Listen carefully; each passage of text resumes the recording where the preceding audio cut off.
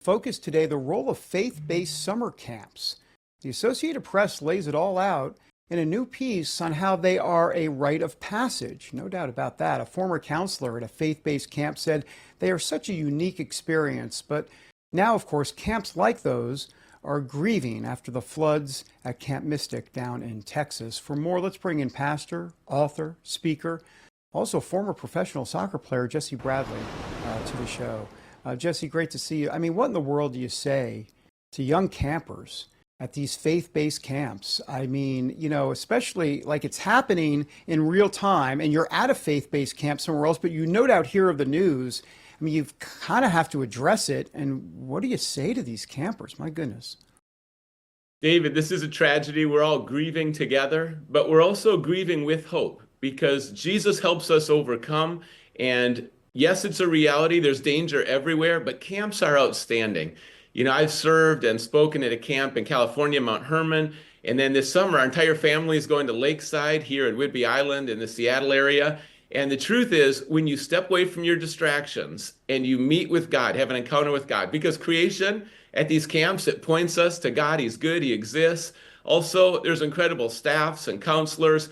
You have God's word. You know, I started going to a Jewish camp when I was 11. My stepdad's Jewish, and I was singing those songs all year long. And there's something that happens at camp where you have an encounter with God and your relationship. Many come to know Jesus. Many grow in their faith. And yes, what can we learn from this tragedy? Absolutely. But we're going to move forward. And camps have overcome the pandemic as well. So there's a lot of commitment, devotion there, making special memories. And I know for us, it's a tradition that we're not going to give up. No doubt about that. By the way, speaking of Jewish camps, I went to a Jewish summer camp as well. I gave my life to Christ in 1988, but before that, when I was about that age, 10 or 11, I went to Frenchwoods up in New York State. So regarding these kids, there's a lot to kind of go through here because it's not just kids, obviously, it's the adults. I mean, this idea that, I mean, if I can just say it this way, it's hard to say, but some kids survived and others didn't. I mean, just to kind of figure that out and wrestle with that is tough stuff, Jesse.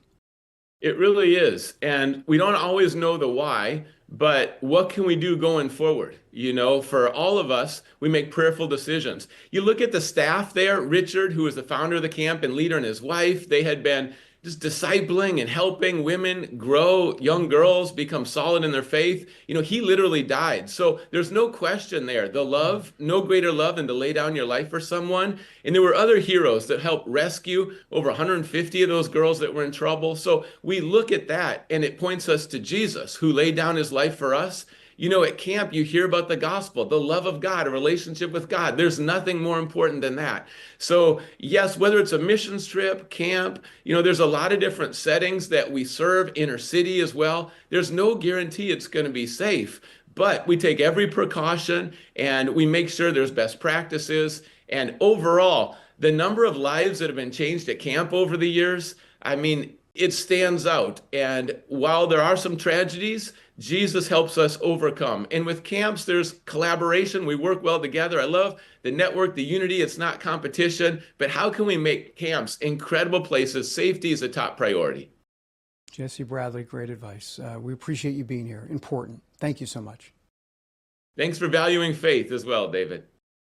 I appreciate that. We do it every single day here for sure. Great to have you on the show. We're back with the second hour of American Sunrise in 2 minutes. Stick around, everybody.